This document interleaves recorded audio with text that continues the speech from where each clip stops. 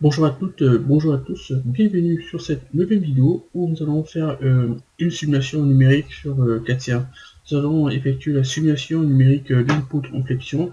Avec ces résultats, nous allons comparer les résultats trouvés sur CATIA avec le calcul théorique que nous avons effectué dans les vidéos précédentes.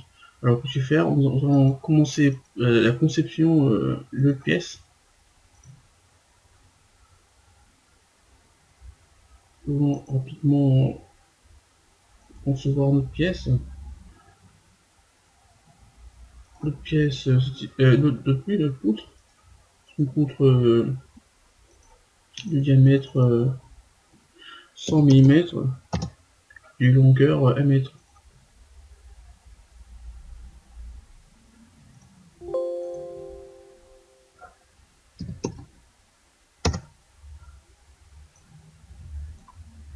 Une fois la conception terminée, nous allons appliquer un type de matériau sur notre pièce. Nous allons appliquer de l'acier. On peut glisser notre matériau ainsi. Après aussi, on peut vérifier les caractéristiques de notre matériau. Donc on fait clic droit, propriété. Nous venons sur propriété d'éléments, analyse. Donc on a un module de Young, position de poisson, masse volumique. Après on peut le changer. Mais par défaut on va laisser ainsi. Ça passe la même chose que le matériau que nous avons utilisé pour le calcul théorique. Du coup, nous venons d'appliquer notre matériau sur notre poutre. Nous allons passer à la simulation. Nous venons ici. Nous allons faire une simulation statique.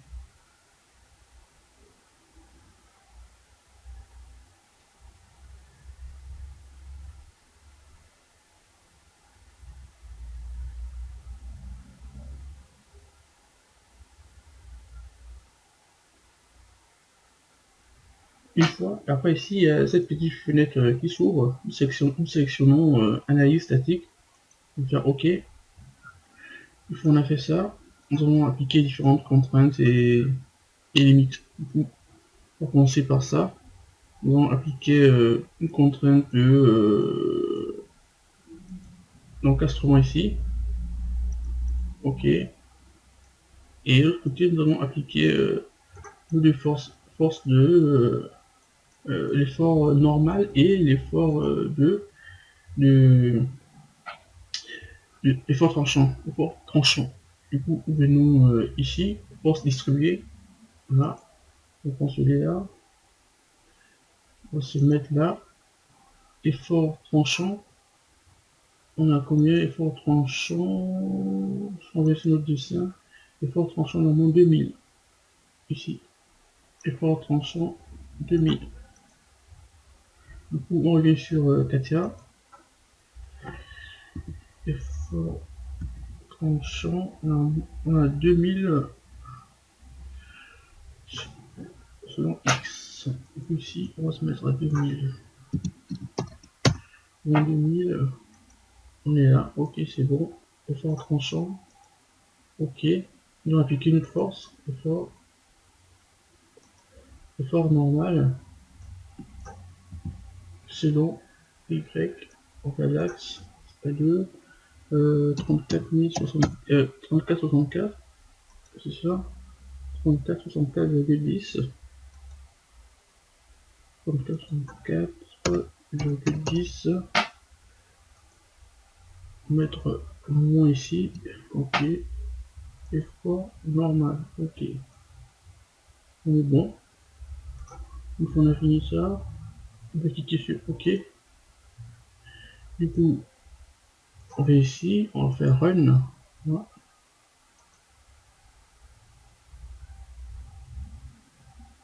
Nous allons effectuer cette simulation avec le maillage par défaut. Ici, nous n'avons pas touché au maillage. Automatiquement, par défaut, Katia nous propose un maillage. On va pour l'instant laisser le maillage proposé par Katia. Puis on va changer le maillage au fur et à mesure. Une fois qu'on a fini ça, on va essayer de vérifier le résultat. Ici, on pourrait la déformer. Ok, le maillage ici, c'est gros, un gros maillage. Du coup, si on regarde la contrainte de von Mises, on a 21,2 mégapascal. On est pas mal. On est toujours dans cette vingtaine de mégapascal. Si on a 21,7. Donc oui, 21,2 mégapascal. On est pas mal. Si on regarde le déplacement, notre poutre, déplacement, on a 0,68. On est pas mal. Si on regarde notre résultat théorique, le déplacement, le déplacement était à 0. Attendez. Ça va marcher.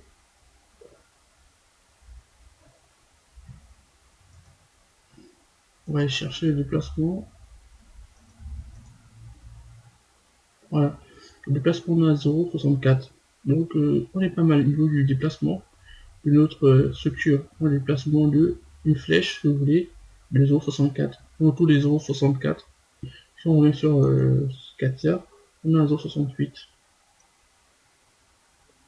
Après aussi sur Katia, on peut affiner, on peut aussi affiner le maillage. Comme ici, bon, on peut mettre 20. Ici, la taille de 20. Ok. On va refaire une autre simulation.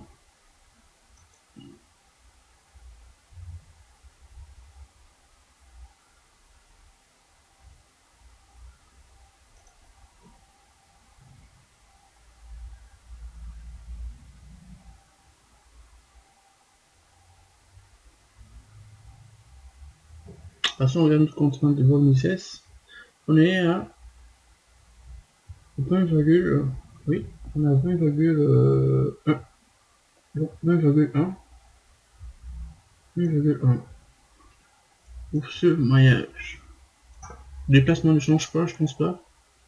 Si on regarde le déplacement, on a 0,68. On va faire la même chose. Du coup, on va essayer d'affiner encore le résultat. Donc, si on compare à notre contrainte de von Mises et notre déplacement, on a 20,1 mégapascal ici. C'est à peu près la même chose qu'on a trouvé de manière théorique. Assez théoriquement, nous avons trouvé 20,812 mégapascal. Voilà notre contrainte de von Mises. Du coup, on va essayer d'affiner encore le résultat. Plus on affine le résultat, plus on se rapproche à une limite. Ici, on va mettre 10. Ici, on va rester à 20. Le problème, c'est que plus on affine le résultat, plus on affine le maillage, simplement, plus le résultat est affiné et nous avons une meilleure lecture de notre contrainte. Mais le calcul théorique que nous avons effectué n'est pas loin. On reste dans la même fourchette, ou à peu près dans la même grandeur ou la même fourchette que le calcul effectué sur le logiciel. Nous avons vérifié le résultat contre de Mises. Ici, il y a 20,1 mégapascal. On est pas mal. On a 20,1 ici. Mégapascal. Ici, nous sommes à 20,812. Donc, on va essayer d'affiner. On va essayer d'en mettre 10. Voilà.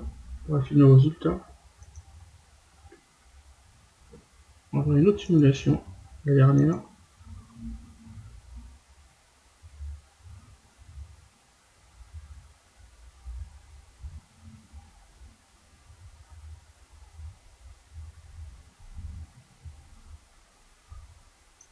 Après, c'est très important parfois de confronter le résultat théorique et le résultat d'un logiciel. Ça permet de comparer les résultats et de savoir si on se plante ou pas. Si l'écart entre le calcul théorique et le calcul pratique, c'est une grosse différence. Là, il faut essayer de voir s'il y a un problème au niveau du calcul, si on n'a pas on a publié quelque chose. Donc c'est un peu ça.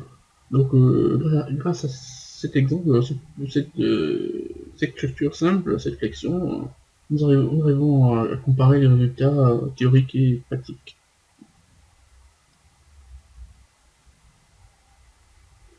Du coup ici, dernier maillage, on vérifie la contrainte. Si on trouve 21,6, ok, donc le résultat c'est affiné. Si on trouve sur Katia, on trouve 21,6. Quel maillage bien affiné. Vous pouvez voir la structure, moi j'ai affiné. On retrouve 21,6 ici, c'est pas mal. Si on était autour de 20,812. C'est normal. Donc sur SolidWorks, on trouvait, si sur le on trouvait quoi? Si sur le on trouvait, si on regarde la contrainte de vol misée sur SolidWorks, ici, composant, PC bug, il y a trop de logiciels ouverts, on trouve 25,7. Ok. Après ici, attends, cette contrainte que j'ai mal, je vais la supprimer. Je vais supprimer ça. Je vais refaire mon calcul ici. Je vais poser là.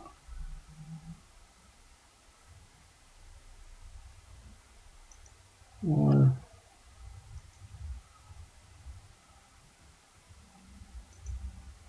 Je vais refaire ma simulation.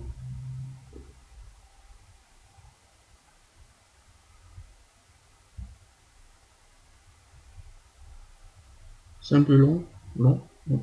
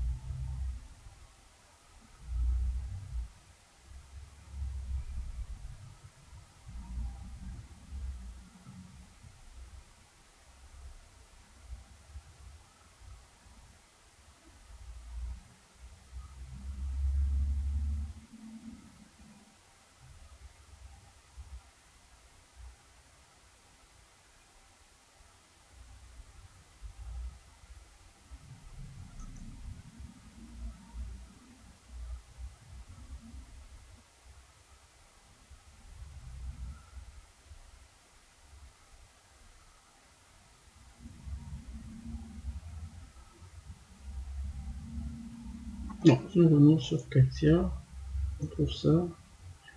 C'est pas mal. Comme résultat. Donc 21,6 mégapascal.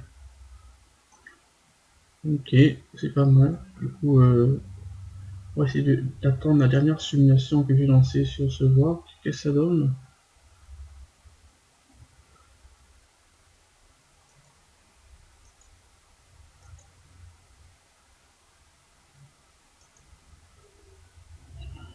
Tant que la dernière simulation termine.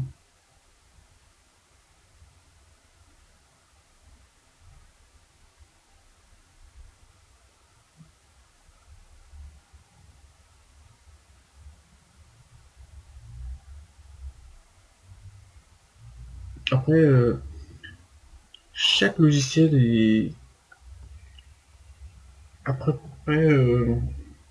on trouve à peu près la même chose, mais chaque logiciel est configuré de manière différente.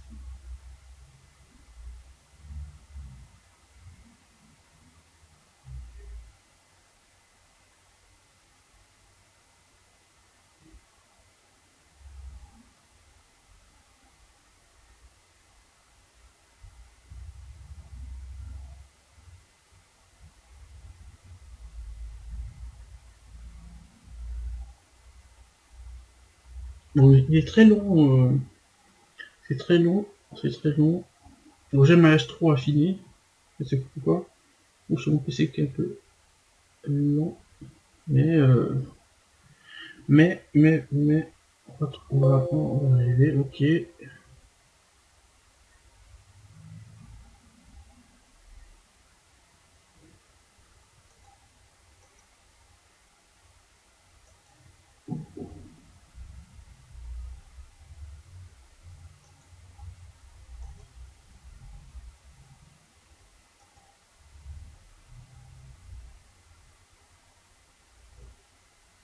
Enfin, le résultat, la contrainte n'a pas beaucoup changé. C'est normal parce qu'on a un maillage très serré. On a un maillage très serré. Le maillage, il est là.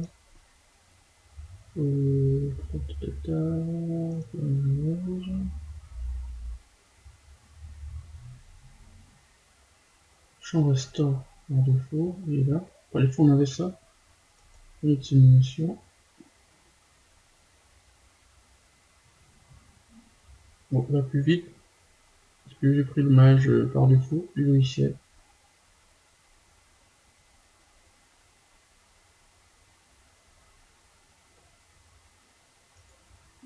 On va exécuter tout ça. Ça va aller plus vite, je pense.